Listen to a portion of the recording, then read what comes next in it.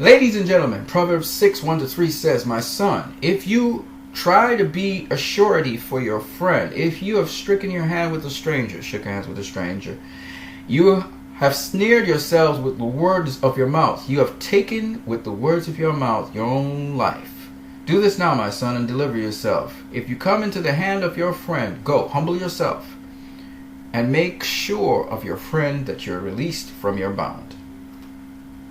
Do not sleep, do not slumber. Deliver yourself as a roe from the hand of a hunter, as a bird from the hand of a fowler." When you make a promise to somebody, you put yourself in a bind. If you know you can't make that promise possible, go to them humbly and beseech them to free you from that promise. Promise is a serious thing. When you give your word, it's a serious thing. And especially if you give your word to someone you don't really know, and they take that word as an absolute, and they make you compromise yourself to fulfill that word. For instance, you talk to someone who you think is your friend, but you say, "I'll be with you, I'm down with you for everything that you do. I'm with you, man." And that person calls in that call card and says, "Man, I'm going to steal a car. You said you was down with me to the very end. Man, I'm with you. Said you're with me. Don't betray me now. I need to get that car stolen. What are you going to do?" See, sometimes we say things recklessly. So if you made a mistake like that, what you need to do, or you take favors from someone, you took money from someone and they want payback, and they want you to do them now a favor. What you're going to do when that compromises your standards, your values. So you have to go to them humbly and ask them and hope and pray that it will free you from that. Right? All right, let's talk Wonder Woman. So here, I got a whole ton of things to say. First one, Hot Toys put out a Princess Diana Themyscira figure. And I really like this figure, but it still, in my opinion, doesn't have the likeness of Diana. Gal Gadot's likeness, at least. Gal Gadot's likeness. You see the ball joints below here, but every other joint is not seen because of the silicone skin or whatever they have that they put over it. Really awesome figure. But this figure, it approximates Gal's face. The problem with this figure is the following. They sort of got Gal's mouth, okay? But they don't have her cheekbones prominent enough. You need to shade that thing in. They haven't done enough shading there to capture the absolute likeness of Gal Gadot. Okay?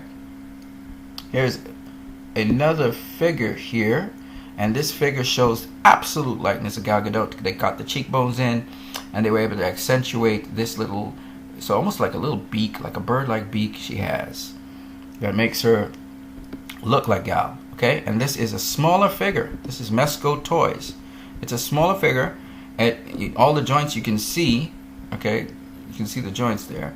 But even though it's a smaller figure, they got the likeness of Gal down packed. Okay, it's a 1/12 scale figure, whereas I believe this figure here is actually, you can see it flexed into action here, bent into action.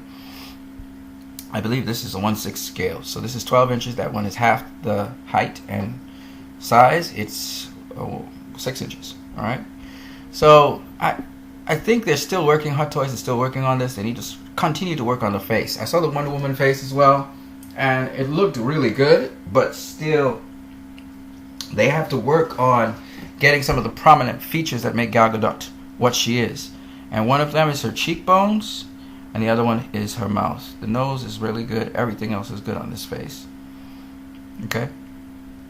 And they haven't quite gotten her features, her mouth and her cheekbones. They haven't quite gotten that, which will really make her look like Gal. Okay? But this figure definitely has captured it very well. That's Gal's face. You can recognize it almost immediately. And that's a smaller figure. So that's really amazing.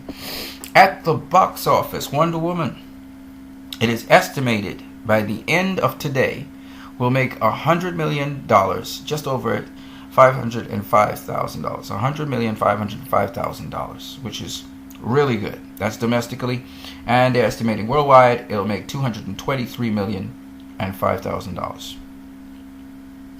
So that's some good news right there. So Wonder Woman, she's not only seemingly doing well at the box office, but she's also getting some stellar reviews, not just from critics, but also from the audience, from fans. And the audience is what really mostly counts. So the audience finds the movie very entertaining and moving, and that's what we need. So, the first female superhero movie to earn a profit and do well at the box office, as well as get proper critical reception. Is this the movie? I think it is. Like I said in another video, I believe that Wonder Woman can take all that pressure. She can handle the burden of all of that, and she is doing it. Okay? So, guess who is carrying, critically at least, and in terms of universal reception, guess who's carrying Superman and Batman? That's right, Wonder Woman.